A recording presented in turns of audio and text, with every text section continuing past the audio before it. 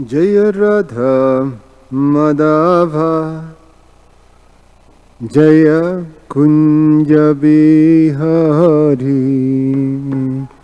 Jaya Radha Madhava Kunja Bihari Gopijana Vallabha Girivaradhari Gopijana Vallabha Girivaradhari Gopijana Vallabha Girivaradhari Gopijana Vallabha Girivaradhari Yashodanandana Brajajana Ranjana Yashodanandana Brajajana Ranjana Yashodanandana Brajajana Ranjana Yashodanandana Brajajana Ranjana Jamuna Tira Banachari Tira Banachari Jamuna Tira Banachari Jamuna Tira Banachari Radha Madhava Kunja Bihari Jaya Radha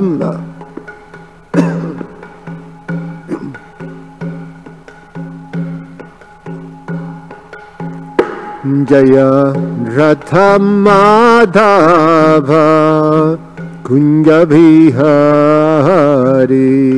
Radha Madhava Kunja Bihari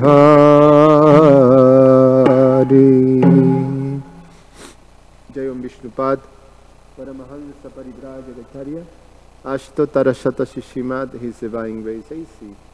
Bhaktivedanta Swami Srila Prabhupada ki Jayam Vishnupad Paramahansa Parivrajagacharya Ashtotara Shatashi Srimad His Divine Grace Bhaktisiddhanta Saraswati Goswami Maharaj Srila Prabhupada ki Ananta Koti Vaishnava Vrinda ki ISKCON Founder Acharya Srila Prabhupada ki Grantara Srimad Bhagavatam ki Nitai Gaura Premanandi. Oh glories to the assembled devotees, oh glories to the assembled devotees, oh glories to the assembled devotees, oh glories to Shishiguru and Shigoranga, oh glories to Srila Prabhupada.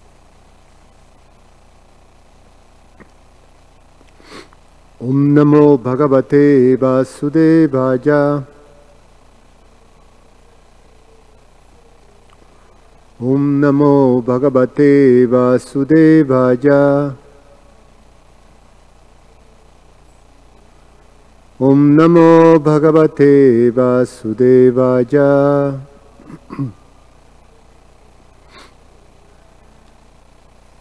Reading from Srimad Bhagavatam, Canto 10, the Summon Bonon, Chapter 9, Mother Yashoda binds Lord Krishna, text number 21. Najan Sukhapo Bhagavam Dehinan Gopika Shutaha Gyaninan Chatma Bhutanam Yatha Bhakti Matam Iha Najan Sukhapo Bhagavam Dehinan Gopika Sutaha Jnaninam Chatma Bhutanam Yatha Bhakti Matam Iha Najan Sukapo Bhagavam Dehinam Gopika Sutaha Jnaninam Chatma Bhutanam Yatha Bhakti Matam Iha. Christian.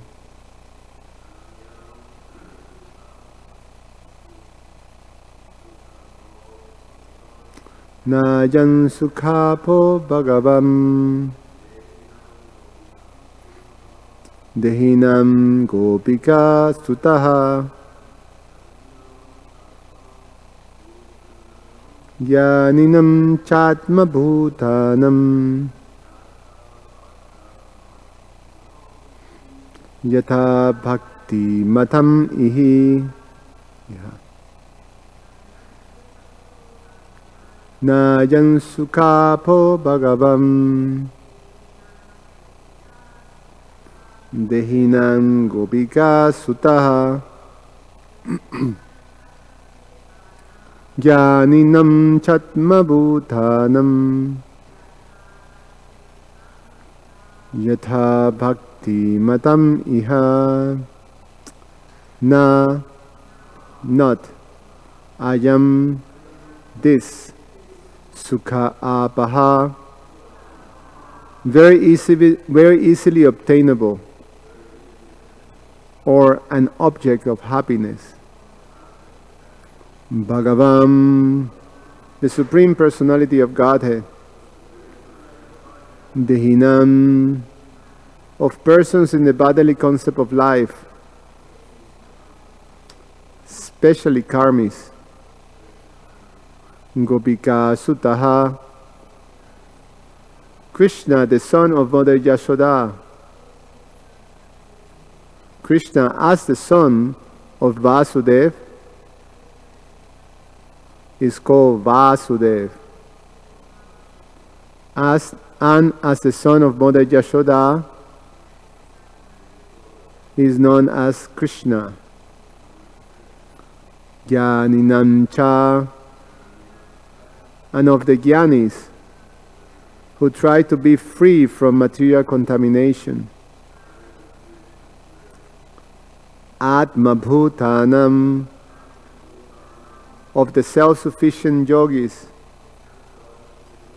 Yatha, as Bhakti Matam, of the devotees. Iha, in this world. Translation and purport by His Divine Grace A.C. Bhaktivedanta Swami Srila Prabhupada Ki Jai. Translation. The Supreme Personality of Godhead, Krishna, the son of Mother Yashoda, is accessible to the devotees engaged in spontaneous loving service.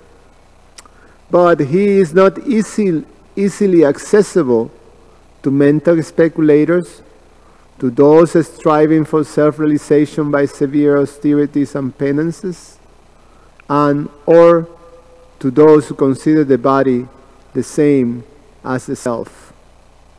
Purport. Krishna, the Supreme Personality of Godhead, as the son of Mother Yashoda, is very easily available to devotees, but not to tapasis, yogis, jnanis, and others who have a bodily concept of life. Although they may sometimes be called Shanta Bhaktas, real bhakti begins with Dasya Ras. Krishna says in Bhagavad Gita 4:11, Ye yata mam prapadyante tanstataiva bhajamyaham mama vardmanuvartante manusya Paratasarvashaha. Quote, as living entities surrender unto me, I reward them accordingly. Everyone follow my path in all respects, O son of Pritha. End of quote. Everyone is seeking Krishna, for He is the super soul of all individual souls. Everyone loves his body and wants to protect it, because He is within the body as the soul. And everybody loves the soul, because the soul is part and parcel of the super soul. Therefore, everyone is actually seeking to achieve happiness by reviving his relationship with the super soul.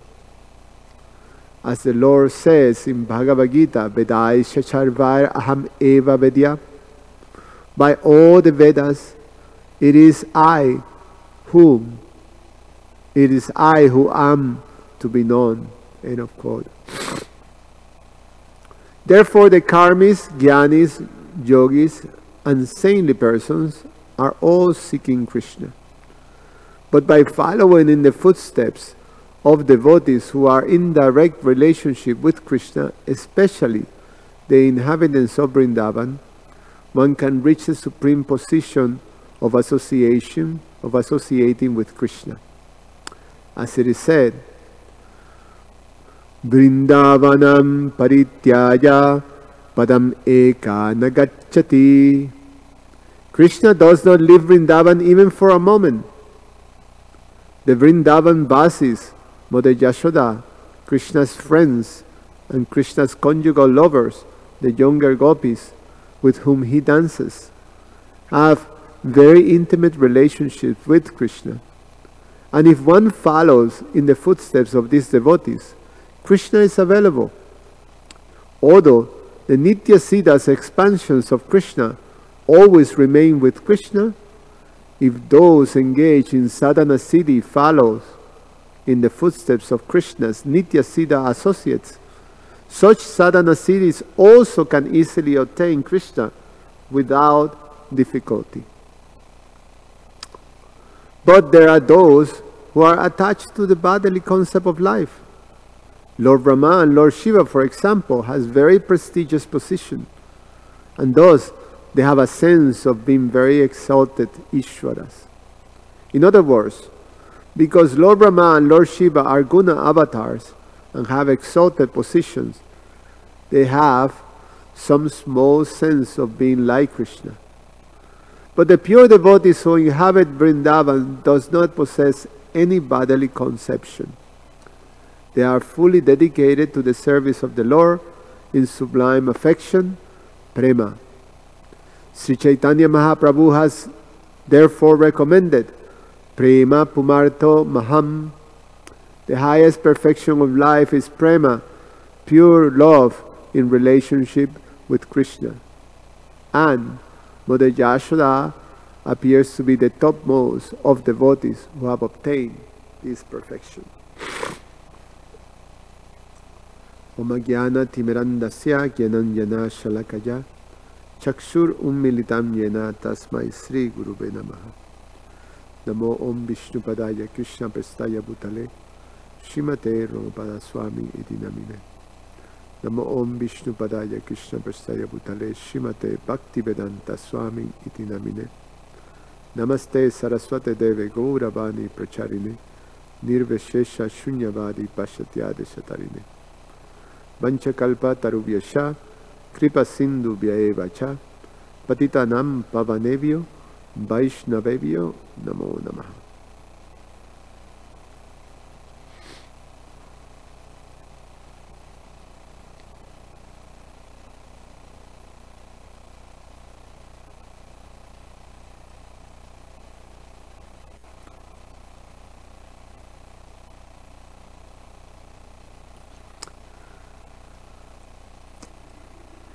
So there is two different types of persons in this world, Prabhupada explains.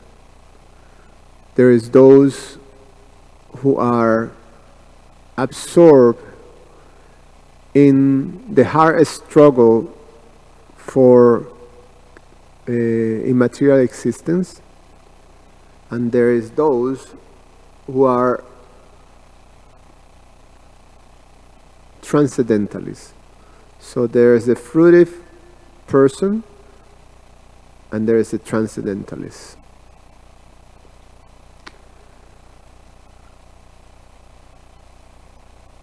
The transcendentalists are those who actually give up the pursuit of material happiness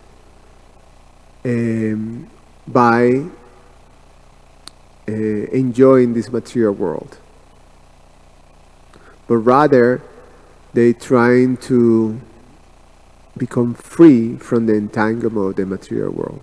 So the transcendentalist is someone who give up the material world, and they become situated in Brahman, or spiritual energy. So in the Vedic civilization, those who are in the bodily concept of life, struggling for existence in this material world to be happy by enjoying the senses, they're called karmis. And those who are transcendentalists, they're called jnanis, yogis, and bhaktas.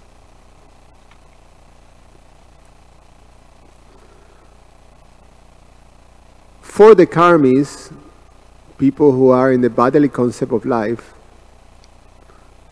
there's prescriptions given in the scriptures, in the Vedas, that allows the karmis to fulfill the desires, the material desires, and to enjoy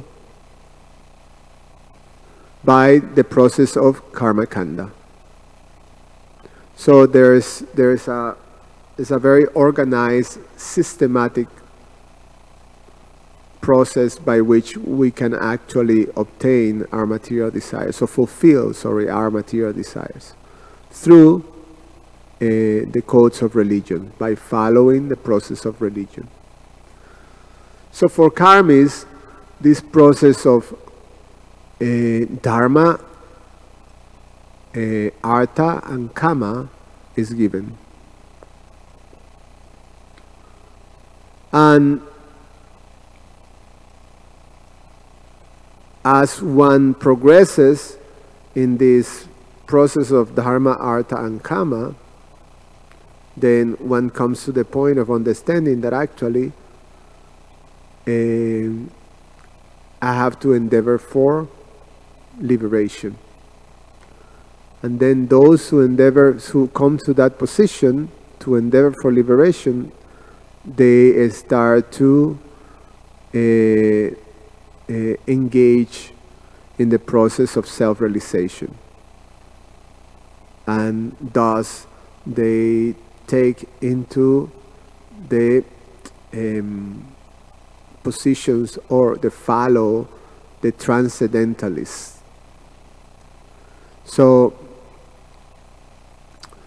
Krishna, Srila Sutta Goswami explains that these different types of transcendentalists, the jnani, the yogi, and the bhakta, they able to obtain 3 different levels of realization of the absolute truth. Vadanti tattva vidas tattvam jnanam advayam brahmeti paramatmeti bhagavan iti shabdyate. That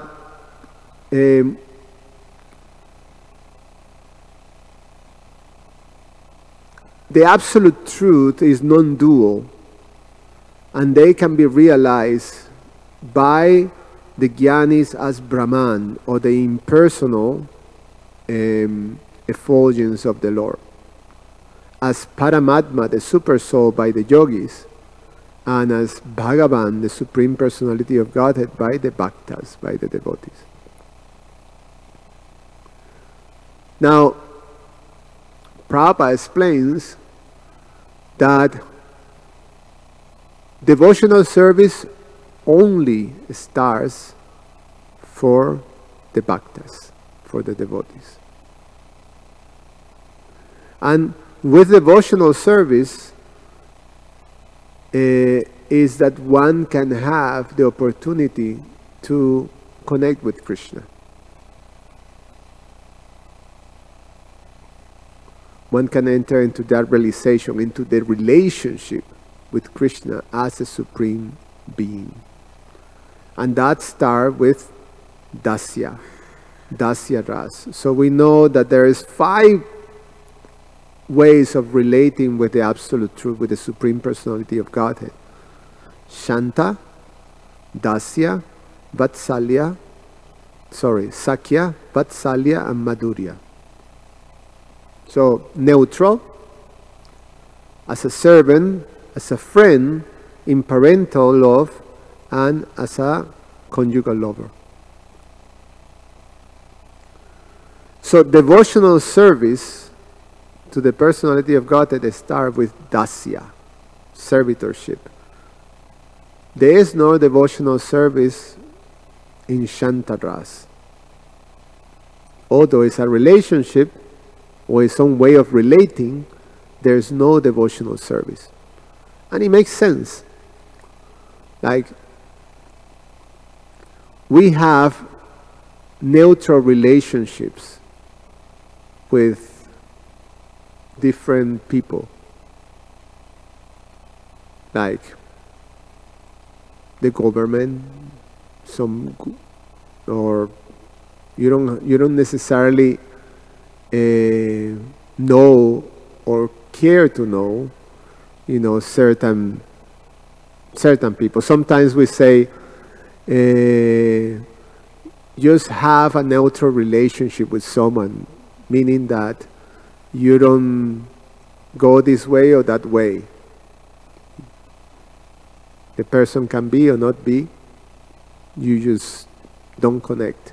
It's neutral. Prabhupada explains that in relationship to the personality of Godhead, then there is inanimate objects may have this relationship with the personality of Godhead. Like the grass, Prabhupada explained, but he also clarifies something. So the idea is that there is not a connection, you just be. Say for example, if we go to the to the zoo, and then we see an elephant. The elephant, is just there, and we have we connect just by seeing, oh, it's there, but you don't necessarily feed the elephant, or you care for the elephant's health, and the elephant doesn't care about you, it's just caring about eating. So it's neutral. But in Vrindavan, every inanimate object and every blade of grass, every tree, everything has a devotional relationship with Krishna. So we hear that the gopis are envious of Krishna's flute. So Krishna's flute has this very exalted position, and Uddhava is aspiring to be a grass in Vrindavan, because the grass have this exalted position, and Uddhava is the best of Krishna's devotees in Dwarka, and he is aspiring to be a blade of grass in Vrindavan. So it's a very interesting thing that maybe we can discuss about, but the idea is that is expressed in this verse, and Prabhupada highlights in the purport, is that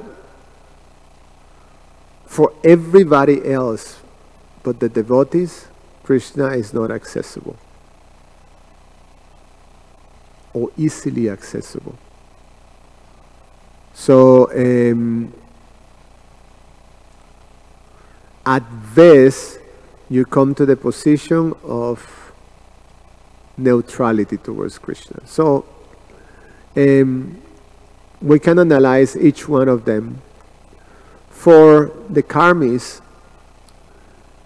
they're engrossed in the bodily conception of life. In the bodily conception of life, we cannot connect in a real relationship with Krishna. And as aspiring bhaktas, we can actually appreciate that, because we are working very hard to revive that loving relationship towards Krishna. But we find graphically how we have to constantly be aiming and dismantling our neglectful attitude towards Krishna. We see that very graphically in many of us when we chant, that our mind is constantly neglecting Krishna in the form of the holy name.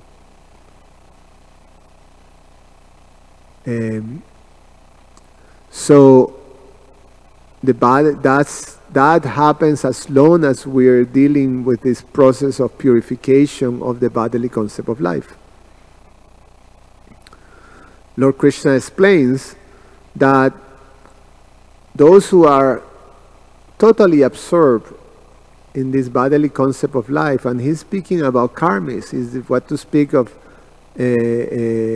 people that are vikarmis, that are not following religious principles. They're ignorant of religious principles. But the karmis are actually very exalted. The karmis are within the Vedic system, and they're following the codes of religion. So Krishna says that the karmis, those who are followers of the Vedas, he described them as bahushaka, which means that, or bahushaka buddhi, their intelligence is many branched. And because of many branched intelligence, they cannot have a focus, determination that allows them to perform devotional service. And why is that? Why the bahushaka buddhi doesn't work? Because the bahushaka buddhi is based on these two things, two principles. What is it?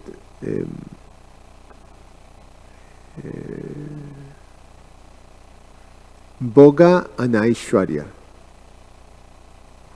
Bhoga and Aishwarya. Which means wanted to enjoy, the desire to enjoy, and the desire to control. Bhoga Aishwarya Prashaktanam. Bhoga Aishwarya Prashaktanam. This desire. So with this, when this is present, then this Vyavya Shayatmika Buddhi, or which is the type of focus that is required, the type of intelligence that is required to grow in devotional service, doesn't take place. Or to actually become a transcendentalist doesn't take place. Because transcendentalists, they start to focus, they start to focus on becoming liberated. So that includes also jnanis and yogis, as well as the bhaktas. So karmis cannot have this type of doesn't have the capacity.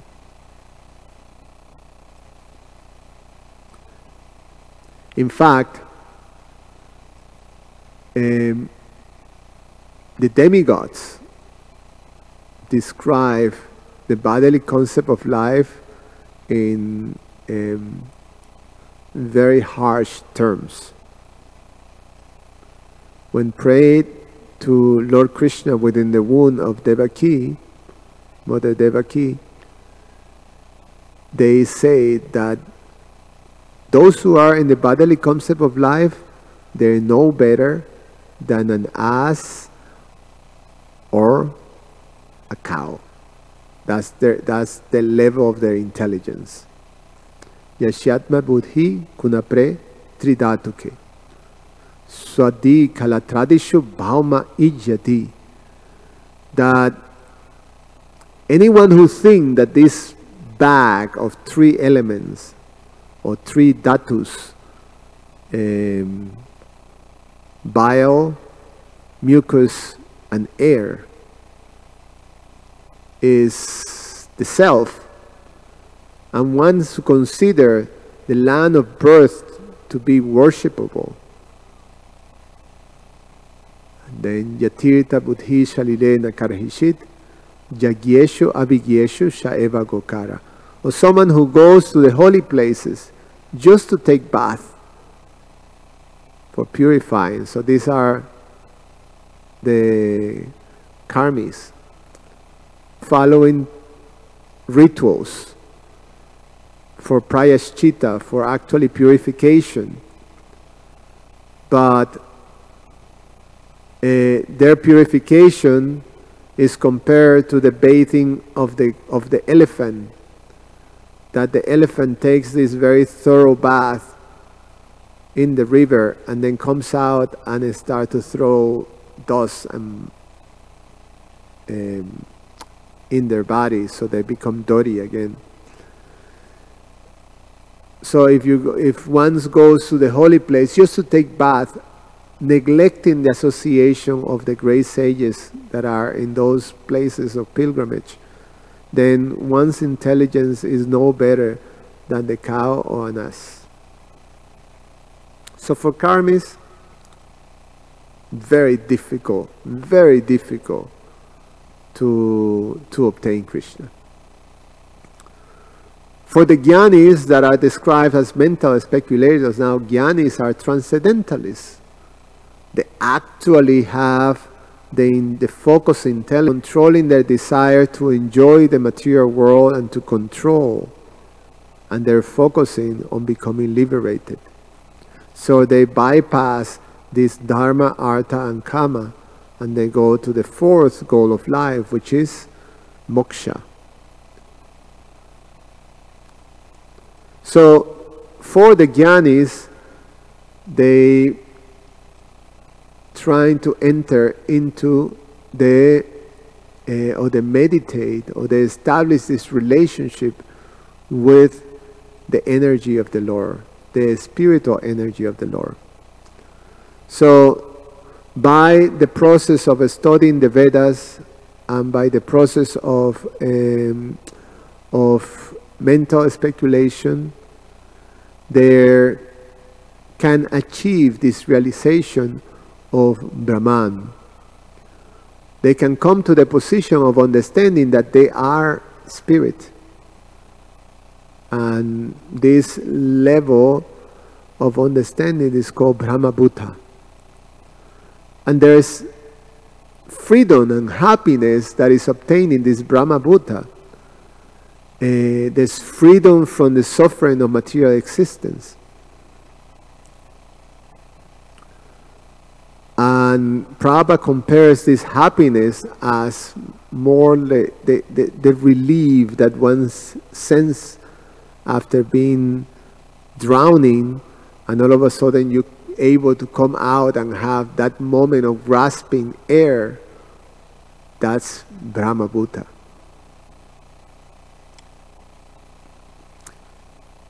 But there's not a relationship with the absolute truth. Personal relationship. It's a neutral relationship.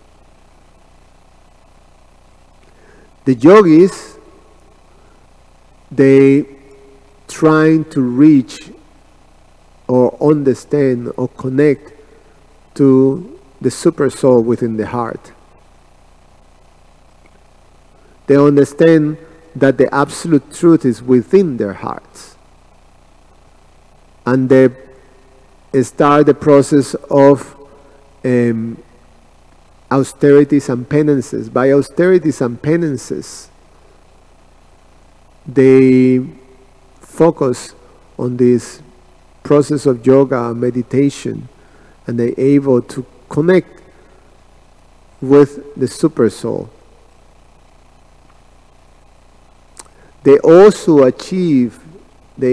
to achieve that connection, that realization, or that freedom, that liberation from material entanglement. But also, there's not a concept of personal. It's a concept of there is the absolute truth within your heart.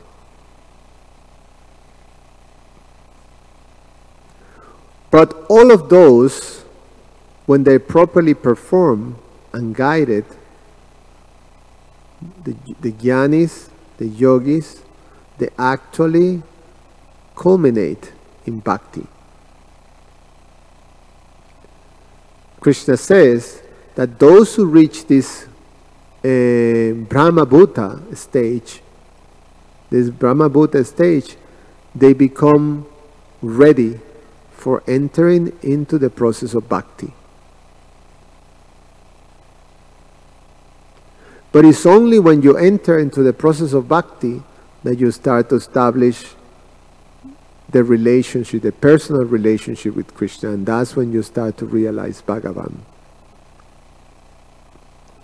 So, what is it? Brahma Bhuta Prasadakna na sochati na kanchati sama sarveshu bhuteshu mat bhaktin labate param. Mat bhaktin labate param. Mat means Krishna, referring to him.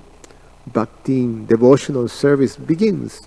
Devotional service unto him begins when one reaches that position of Brahma Bhuta. So, when one comes to that position of starting devotional service, then you can be fully connecting with Krishna. To be able to do that, you have to be connected to someone who is a bhakta. So, for the fortunate jnanis and yogis who are guided by a bhakta, then they can gradually come to that position. The bhaktas are the only exclusive means to obtain the relationship with Krishna. That's how we understand the famous Christian code by which they actually base their faith that only through Jesus, they say only through Jesus. Yes, for those who are Christians following on Christianity, Jesus is the connection. But they lack the connection with the representatives. Also, they sort of have something like that. Like the popes are to be the connection, or the living pope. But anyway, but the principle is that only through the bhaktas, bhaktyamam abhijanati, only through bhakti Krishna is to be known, and the bhaktas are the one who have this connection with Krishna. So we have cases in which, in the Bhagavatam, in which bhaktas instruct jnanis in the process of jnana impersonalists. Examples of those are Sukadev Goswami and the four Kumaras. Both of them instructed by bhaktas. Sukadev Goswami heard the Bhagavatam narrations and instructions from his father while he was in the womb of his mother. His father is Vyasadeva. The 4 Kumaras heard from his father, Lord Brahma, who is a devotee. And at one point on the stage, they connected and they moved to become bhaktas themselves. We have the pastime of Narada Muni instructing Dhruva Maharaj, who was performing severe penances and austerities. And Narada Muni gave Dhruva Maharaj the instructions of how to follow those austerities, how to perform, what to do in order to connect, being able to meet or connect with the personality of Godhead. So in both cases, you have impersonalists. Sukadeva Goswami wanted nothing to do with the material world, to the point that I'm not even going to go there. I'm going to stay in the womb of my mother. For 16 years, he stayed in the womb of his mother. He refused to go out. They have no relationship. You just, you stay there. It's like, don't want to have any type of relationship, any type of anything. I just want to be neutral here. In the case of Dhruva Maharaj, he only have a desire to meet Lord Vishnu for obtaining his material desire, to obtain this siddhi of these powers. Because they were guided by devotees, then in the process of realizing their spiritual, realizing transcendence, then they came naturally to bhakti. And when they came to bhakti, they were able to obtain this relationship with the personality of Godhead. The 4 Kumaras, they became totally attached to the lotus feet of Lord Vishnu. They were drawn to the lotus feet of Lord Vishnu. And they became great, great devotees. And Sukadeva Goswami, we hear him for him. His expression of devotions are most wonderful. And he is the speaker of the Srimad Bhagavatam. Dhruva Maharaj is such a dear servant of the Lord that the Lord gave him to administrate the planet in which he resides in this material world. So, so those are transcendentalists. As far as the karmis, if a karmi have the good fortune of connecting or receiving the mercy of a bhakta, then the karmi also have the capacity to also establish that personal relationship with the Lord. And that's the situation of most of us. That's the situation that Krishna allows with the process of karma yoga. Karma yoga is designed, well, I won't go that far, but karma yoga is perfectly fitted for fruitive people, for people in the bodily concept of life. And Krishna provides that as long as you are guided throughout a bhakta. And then through that, then we can actually connect or establish this personal relationship.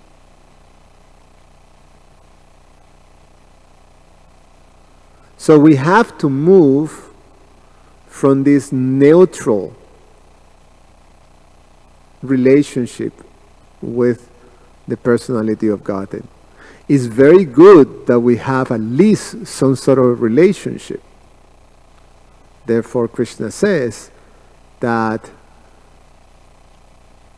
those who approach him, they're called Sukritinas. What is it? Chaturvidha Vajante Man, Jnana Sukritina Arjuna, Artha Jigyasar Arthati Jnanavan, Jnani Bharatashada, Jnani Cha Bharatashada Sabda. That they still consider Sukritas, or they're actually pious souls. So it's good that one is pious or has piety enough to actually accept there is God. Well, we have to move from the neutral. How many times we think about God, anyway, we're in the process of moving from neutrality into a very personal relationship, as long as we're guided by a devotee. If we're not guided by a devotee, even if we are neutral, which so many people of the world who are pious have that situation. You follow religiosity as a ritual and as a means of actually obtaining economic development and sense gratification, dharma, artha, and kama, then it's very difficult to obtain this relationship with Krishna, to move to this dasya ras. Very, very difficult. If you don't have, and if you're a transcendentalist, same thing. A mental speculator, jnanis, if they're not guided by a bhakta, then you won't be able to move to the dasya, at least to the dasya ras. What to speak of the other higher rasas. And if you are yogi, same thing. You must be guided by a devotee to be able to move from, to enter into a higher realm of transcendence. Any comments or questions? Krishna Archana.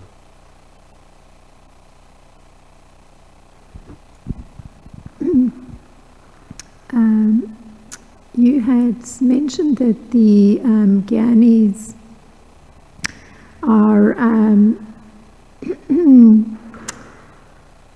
have put their focus on liberation, and so in actual fact they not even attending to Dharma.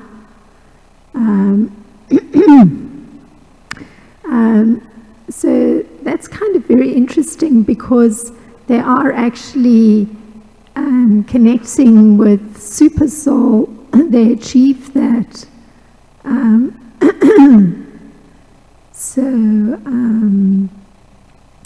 It seems hard to reconcile being able to connect with Super Soul and disconnecting from Dharma.